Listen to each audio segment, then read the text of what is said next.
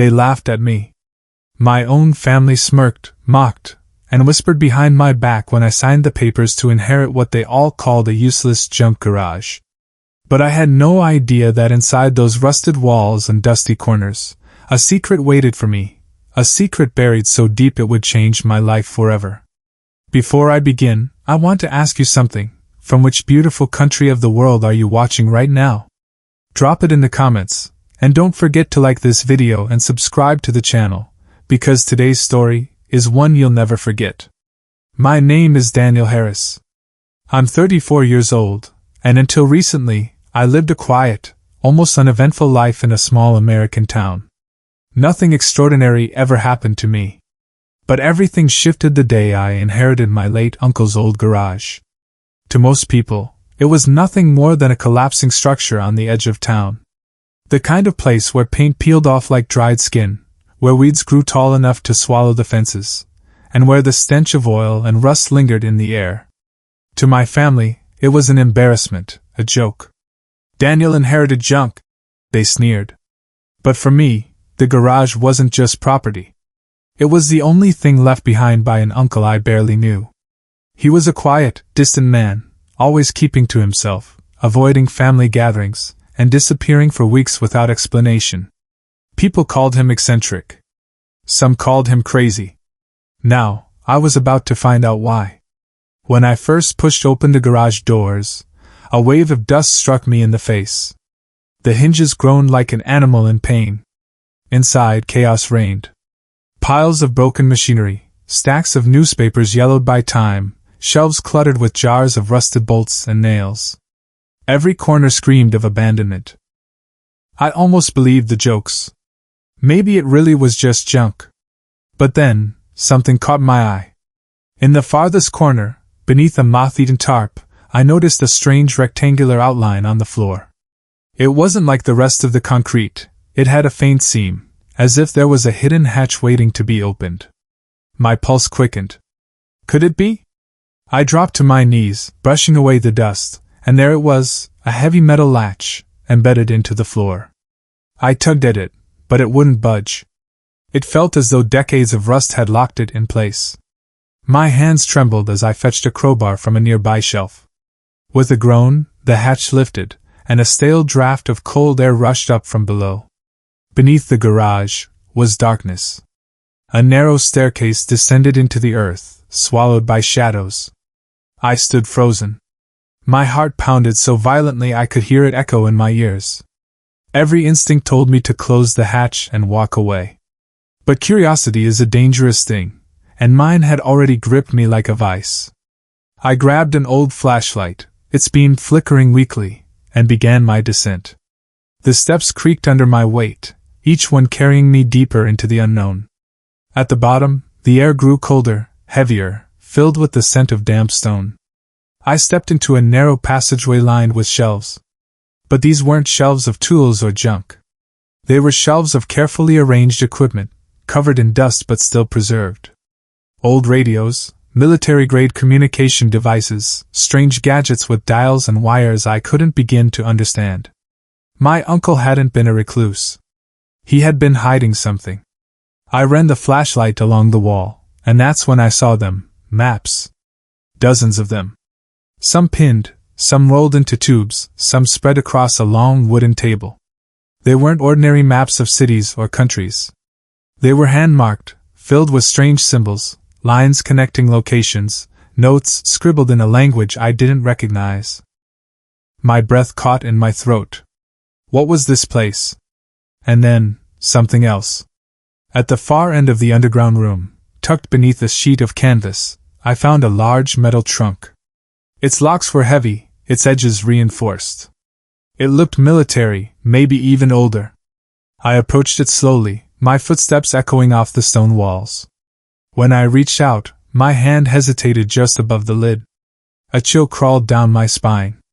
Why did it feel like opening this box would change everything? I took a deep breath, and lifted the canvas away. The trunk sat before me, silent, waiting. Dust swirled in the flashlight beam, and the silence of the underground chamber pressed against my ears like a warning. I gripped the lock. But before I could pull it open, The flashlight flickered violently, then went out. I was swallowed by complete, suffocating darkness. And in that moment of silence, deep beneath the garage floor, I heard something I can never forget. The sound of a faint metallic click, coming from the trunk itself. The darkness was absolute. My breath fogged in the stale air, and I froze, gripping the metal trunk, unable to move. My flashlight had died, leaving me blind in the underground chamber. But it wasn't just the dark that gripped me with fear. It was the sound. That faint metallic click, soft, deliberate, unnatural. It came from the trunk itself. For a moment, I couldn't even breathe. I strained my ears, listening for anything else, footsteps, shifting air, even a whisper. Nothing. Just silence. My shaking fingers tapped the flashlight, and by some miracle, the beam sputtered back to life, weak but enough to cut through the suffocating shadows. The trunk stood before me, unmoved, locked tight, just as it had been. And yet, I knew what I had heard. The air felt thicker now, as if the room itself was watching me. Slowly, I lowered myself to the ground and studied the trunk. The lock was not an ordinary padlock. It was a complex, old-fashioned mechanism, one I didn't recognize. Rust crusted around its edges, but it didn't seem broken. Whoever had sealed it had intended it to remain closed. But my uncle had hidden this room for a reason. And this trunk, this sealed, ominous chest, was the centerpiece of it all. I couldn't resist. I searched the shelves and drawers until I found an iron key, hidden inside a cracked wooden box beneath a pile of papers. It was heavy, ancient, with jagged edges. When I held it in my hand, it felt strangely warm, as though it had been waiting for me. My heart hammered as I slid it into the lock. The metal groaned. I twisted. For a moment, nothing happened. Then, a loud snap echoed through the chamber. The trunk unlocked. My hands trembled as I lifted the lid, and the stale air that escaped smelled of dust, leather, and something metallic. Inside, neatly packed and preserved, were objects that didn't belong in any ordinary garage, or even in any ordinary life. At the top lay a set of leather-bound journals, their covers cracked, their pages yellowed with age. Beneath them, bundles of photographs, black and white, each marked with dates ranging from the 1940s to the 1970s. I lifted one photo and gasped. It showed a group of men in military uniforms, standing in front of a strange device. The device looked like a machine of wires, tubes, and antennas, almost alien in design. But here's what made my blood run cold. Standing among those men was my uncle. The photograph was dated 1952. But my uncle had been born in 1940. He would have been 12 years old at the time. My stomach twisted. Something was very, very wrong. I flipped through the journals, each page filled with detailed notes, diagrams of strange technology, sketches of underground tunnels and coded messages. My uncle had been documenting something enormous. At the bottom of the trunk, beneath the journals and photographs, I found a metal box the size of a briefcase. Its surface was engraved with unfamiliar symbols, sharp and angular, unlike any language I had ever seen. The box had no keyhole, no latch, no seam. It was seamless, as though it had been molded shut. Yet when I touched it, I swore I felt a faint vibration inside. The flashlight flickered again, the beam growing weaker. My breath quickened. This was more than a hidden garage secret. This was something buried, concealed, meant never to be uncovered. I forced myself to keep reading the journals, flipping page after page, until I stumbled upon one entry written in a shaking hand. If anyone finds this, leave it buried. The maps lead to places man was never meant to return to. The box, it's not from here. I couldn't destroy it. I couldn't understand it. I could only hide it. If they ever discover I failed, they'll come for whoever opens it next. And if you're reading this, it's already too late. The words sent a chill through my entire body. My hands trembled as I shut the journal. My uncle hadn't just been eccentric. He had been terrified. But terrified of what? Suddenly, I heard it again. The faint metallic click. This time, it wasn't the trunk. It came from the metal box. The vibration beneath my fingertips grew stronger, and for a split second, I thought I heard something else. A low, humming sound, as if a machine deep inside the box was stirring awake after decades of silence. I stumbled backward, nearly dropping the flashlight. My breath came in ragged gasps. What had I just awakened? The weak beam of my light swept across the underground chamber, landing on the maps pinned to the walls. And in that instant, I noticed something I hadn't seen before. A single word had been scrawled across several of the maps in thick black ink. The same word, over and over again, circled in places across continents. Vault. The flashlight flickered one final time, and died. The chamber was swallowed in darkness once more. And this time, in the suffocating silence, I was no longer sure I was alone. The darkness pressed against me like a living thing. The air in the underground chamber had turned colder, heavier, and with every breath, I could hear the rasp of my own fear echoing off the walls. My flashlight had died, leaving me alone with only the echo of the word carved into my mind, vault. I fumbled in my pocket for my phone, praying the battery still held. The glow of its screen sliced through the suffocating black, dim but enough to reveal the outlines of the maps, the journals, and that impossible metal box that still seemed to vibrate faintly on the table. My instincts screamed at me to leave it behind, to close the hatch upstairs, and never look back. But something stronger held me there. Curiosity, yes, but also the gnawing feeling that this was more than my uncle's secret. It was my inheritance, for better or worse. I turned back to the journals, flipping through them under the pale light of my phone. Page after page was filled with frantic scrawls, diagrams of circuits that looked alien, coordinates scrawled in code, and references to names I had never heard of, Vault 6, Vault 9, Vault 13. Each note seemed more paranoid than the last, but there was a consistency, a trail of thought that tied them all together. One passage stood out, written in a hand that seemed more desperate than the rest. The vaults are not shelters. They are prisons. Each one holds fragments of it. I was tasked to watch, to guard, but I failed. They will come for the box. If the vaults are opened, it won't just be a secret anymore. It will be an outbreak. Outbreak. The word gnawed at me. My hands grew clammy, the phone slipping slightly from my grip. Outbreak of what? Disease? A machine? Something alive? I leaned against the cold stone wall, my thoughts spinning. My uncle had been connected to something vast, something global. The photographs proved he had been involved long before his own time, as though history itself bent around him. The maps marked vaults across continents. And the box, the humming, sealed box, was the heart of it all. But then I noticed something else. On one of the pinned maps, just above the word vault, there was a circled location. Not in some faraway land, not on the other side of the world, but right here, within a few miles of the garage. My stomach dropped. The nearest vault wasn't far at all.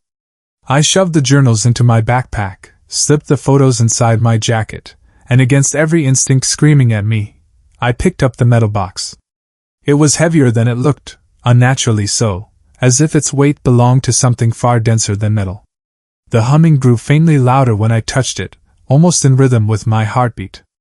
I climbed the stairs back to the garage, the hatch groaning shut above me, sealing the underground chamber once more. The garage felt different now, as though the shadows leaned closer, aware of what I had unearthed. That night, sleep never came.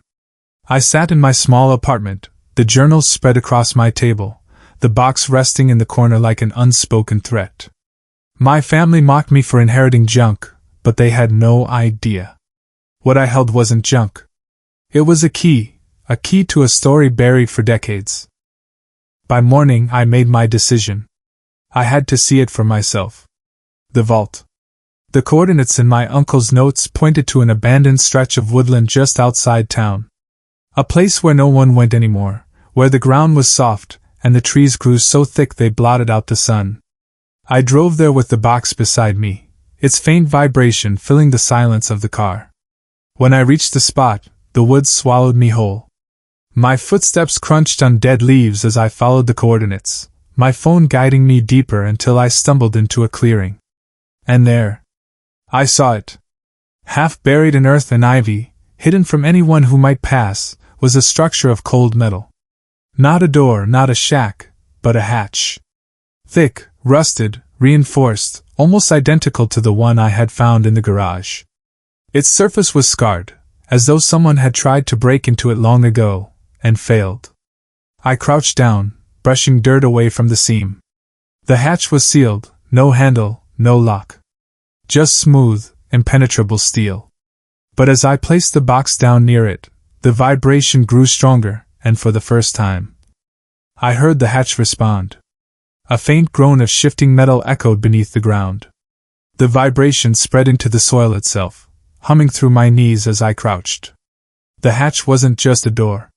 It was alive, reacting to the presence of the box. I staggered back, my breath catching in my throat. The ground trembled faintly, and with it came a sound. A voice. Not words. Not language. Just a low, guttural resonance that seemed to rise from the earth itself. It wasn't human. It wasn't mechanical. It was something else entirely. And then, silence. The box went still. The vibration ceased. The hatch lay quiet once more, as if nothing had happened. But I knew what I had just witnessed. The box was a key. And the vault was waiting. My hands shook as I picked the box back up. The journals had warned me to leave it buried. My uncle had tried to keep this secret locked away for decades. And now, standing in that clearing, with the vault groaning faintly beneath my feet, I understood why. Because whatever was inside wasn't meant to be opened. Yet as I turned to leave, something caught my eye. Scratched faintly into the metal hatch, almost invisible beneath the rust, were 3 words. Do not return. I froze. The forest was silent around me, but in that silence, I could swear I heard something shift. Not underground. Behind me. The crunch of a single footstep on dry leaves. I wasn't alone. The sound of that footstep froze me in place. My blood turned to ice, and every muscle in my body tensed. Slowly, painfully, I turned my head toward the treeline, my heartbeat hammering so loudly I could barely hear anything else. At first, there was nothing. Just the skeletal arms of trees swaying in the breeze, their shadows stretching like claws across the ground. But then, in the farthest corner of the clearing, I caught it. Movement. A figure, half concealed in the undergrowth, watching me. I couldn't make out details, just a silhouette, tall and still, too still. My breath caught in my throat. I tried to call out, but my voice failed. For what felt like an eternity, we stared at each other across the clearing, the silence pressing in on me like a weight. And then, the figure stepped back. 1 step. Another. And then it was gone, swallowed by the forest as though it had never been there at all. My chest heaved as I forced myself to move, clutching the metal box to my chest as I stumbled through the trees, every branch snapping beneath my boots sounding like a gunshot in the quiet woods. My thoughts raced. Had someone followed me? Did they know about the garage? About the box? About the vault? By the time I reached my car, sweat drenched my back and my hands shook violently on the steering wheel. I drove without looking back, but even on the open road, I couldn't shake the feeling that someone, or something, was watching me from just beyond sight. Back at my apartment, I locked every door, pulled every curtain, and set the box on the table under the harsh glow of the lamp. Its metallic surface reflected the light, the strange symbols etched into it almost glowing faintly. I opened the journals again, desperate for answers. And that's when I found it. A section I hadn't noticed before, tucked into the middle of one journal, pages marked with a different kind of ink, darker, fresher. My uncle had written about the Watchers. They are not government, not military, not even human in the sense we know. They guard the vaults, hidden in plain sight, tracking the box wherever it moves. Once the box is active, once it resonates, they awaken. If you see them, it is already too late. My blood went cold. The figure in the woods. The stillness. The silent retreat. Could it have been one of them? The words blurred before my eyes as panic clawed at me.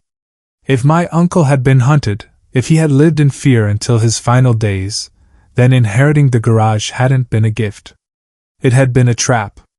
I barely slept that night, haunted by shifting shadows outside my window, by the sensation of unseen eyes boring into me. Every sound of creaking pipes, every car passing in the distance felt like a signal, like they were closing in. But the box, the cursed, impossible box, wouldn't leave me alone. Around midnight, the humming began again. Faint at first, like the purr of an engine in the distance, then stronger, vibrating through the table, rattling the glasses in my cupboard. My lamp flickered, my phone screen glitched with static. And then I saw it. Symbols. Glowing faintly across the surface of the box, spreading like veins of light. They weren't random, they formed patterns, lines connecting, almost like a map. I grabbed a notebook and sketched as quickly as I could, tracing the lines. When the glow finally faded, my sketch revealed something that made my stomach twist. It was a map of the world. And on that map, several locations burned like beacons. The same ones my uncle had marked in his journals. Vaults. But there was one more. A new one. A place my uncle had never written about. And it was here. My town. I staggered back from the table, the notebook trembling in my hands. Why had it appeared now?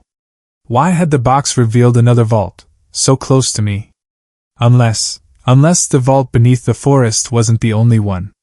Unless there was something hidden even deeper, something my uncle hadn't found. As panic gnawed at me, I realized something terrifying. The figure in the woods hadn't been chasing me away. They had been waiting. Watching to see what I would do next. The thought was unbearable, but I knew what I had to do. If my uncle had spent his life running from this, hiding the truth, and if he had still failed, then I couldn't just ignore it. The vaults, the watchers, the box, they were connected, and I was already too deep in to turn back. I packed the journals, the maps, and the box into a duffel bag. If the vaults were prisons, I had to know what they held. If the box was a key, I had to understand what it unlocked. My uncle had left warnings, but he had also left a trail. And I couldn't shake the thought that maybe he wanted me, or someone, to finish what he started. But just as I zipped the bag shut, I froze. The air in the room shifted. Heavy. Pressing. As if someone else was there. I turned slowly, my breath caught in my chest. And there, just beyond the glass of my living room window, stood the same figure from the woods. Closer now. Clearer. It wasn't wearing clothes I recognized. Its outline was human, but its proportions were wrong. Too tall. Too thin. Its head tilted at an unnatural angle, and though its face was shrouded in shadow, I knew without question that it was staring at me. The lamp flickered violently. My heart nearly burst from my chest as I stumbled backward, clutching the bag, clutching the box. And then, without a sound, the figure raised its hand. 3 long fingers extended, pointing directly at me. That moment is carved into my memory forever. Standing in my dimly lit living room, staring through the glass at the figure outside. Its long, unnatural arm raised, 3 thin fingers pointing directly at me. The air grew so heavy I could hardly breathe. My legs locked in place, my throat dry, my heart drumming like it wanted to escape my chest. And then, as suddenly as it had appeared, it was gone. No movement. No footsteps. Just gone. The silence that followed was worse than the sight of it. Silence can be a predator too. I clutched the duffel bag, the weight of the box pulling at my shoulder, and I knew I couldn't stay there. My apartment was no longer safe. Maybe nowhere was. But the box had shown me a map, glowing veins of light across its strange surface. And one of those points pulsed here, in my own town. If I didn't find it, the watchers would. And maybe that was the only reason I was still alive. By dawn, I was back in the forest, following the coordinates. My body moved like it belonged to someone else, driven more by dread than courage. The trees loomed high, branches tangled like skeletal hands, and the ground was slick with dew. My boots sank into the soil with each step as if the earth itself wanted to pull me under. Deeper and deeper, until I reached the same clearing. The rusted hatch, scarred and silent, lay waiting. But this time, I knew what I had to do. I placed the box on the hatch. Instantly it responded. The vibration roared through the ground, stronger than before, rattling my bones. The air crackled, the trees around me groaning as if in pain. And slowly, impossibly, the hatch began to shift. Metal grinding against metal, rust flaking away, the earth trembling as the door opened for the first time in decades. A wave of cold air rushed up, sharp and metallic, carrying with it the smell of dust, oil, and something else. Something ancient. The box grew hot under my hand, its glow pulsing in rhythm with the hatch's movements. My uncle had warned me, begged me, to leave it buried. But now it was too late. I had set it in motion. I stepped forward. The vault yawned open, a staircase descending into shadows far darker than the garage's hidden chamber. I switched on a flashlight, this time a new one, fresh batteries, and began the descent. Each step echoed, hollow and unnatural, as though the stairs themselves weren't made by human hands. At the bottom, I found myself in a vast chamber. Larger than I could have imagined. The walls were lined with strange machinery, towering columns of steel and glass, wires webbing across the ceiling like veins. Some of the machines hummed faintly, impossibly still alive after all these years. Others leaked a strange vapor that coiled across the floor like fog. And in the center of the vault was the source. A massive structure, suspended within a cage of metal beams. Its shape was wrong, jagged, curved, organic yet mechanical. It pulsed faintly, as if it had a heartbeat of its own. And on its surface, etched deep into its shell, were the same symbols that covered the box. The journals had been right. The vault wasn't a shelter. It was a prison. And inside that prison was something alive. My chest tightened as I stepped closer. The glow from the box grew brighter, responding to the structure, resonating with it. The vibration rattled through the floor, through my bones, through my teeth. The machine, or creature, stirred. For a moment, I thought it was waking. But then I realized, it wasn't asleep. It was sealed. Trapped. And the box wasn't just a key. It was a tether. A way to connect to whatever this thing was. I lifted the box, and in that instant, visions slammed into me. Not dreams, not memories, but flashes of something vast, something beyond comprehension. Cities I didn't recognize burning. Vaults cracking open across the world. Watchers standing in silence as civilizations crumbled. And then I saw him. My uncle. Standing in this very vault, years ago, holding the same box. His face pale, his hands trembling. And his voice, echoing in my head. If you open it, they will come. If you free it, we all fall. The vision shattered. I staggered back, nearly dropping the box. My breath came in ragged gasps. I understood now. The Watchers weren't hunting me. They weren't even guarding me. They were guarding this thing. And I was the fool carrying the key straight to its prison. The ground shook violently. Dust rained from the ceiling. The pulsing structure flared with light, its jagged surface shifting, pressing against the beams that held it. The box in my hands grew hotter, the glow so bright it seared my vision. The Watchers would be here soon. I could feel it. The forest above had gone silent, unnaturally still, waiting for them. And I had a choice. Run, and leave this cursed inheritance for someone else to stumble upon. Or do what my uncle couldn't. End it. My uncle had written that he couldn't destroy the box. But maybe he hadn't tried hard enough. I lifted it high, my hands shaking, the heat burning my skin. And with every ounce of strength I had left, I hurled it against the jagged structure at the vault's core. The explosion of light was blinding. The sound was indescribable, not a noise, but a roar inside my skull, a scream of metal, stone, and something alive all at once. The walls shook, machinery sparking, the ground splitting beneath me. The vault wasn't just reacting. It was collapsing. I ran, stumbling up the stairs, the earth quaking under my feet. The hatch above loomed closer, daylight spilling through as the forest trembled. I burst into the clearing just as the vault behind me gave one final, deafening roar. And then silence. The hatch slammed shut, sealing itself with a final groan. The ground stilled. The air cleared. I collapsed to my knees, gasping, my ears ringing, my skin scorched where the box had burned me. And when I looked back, the hatch was gone. Buried. As if it had never existed. The watchers never came. Or maybe, they no longer needed to. I don't know what I destroyed that day, or if I destroyed it at all. Maybe I only delayed it.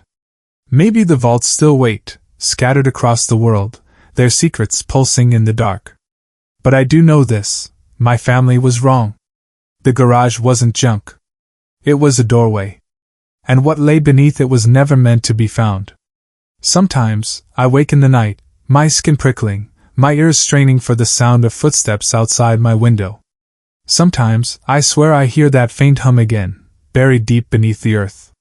And when I do, I wonder, did I end it that day? Or did I just wake it up?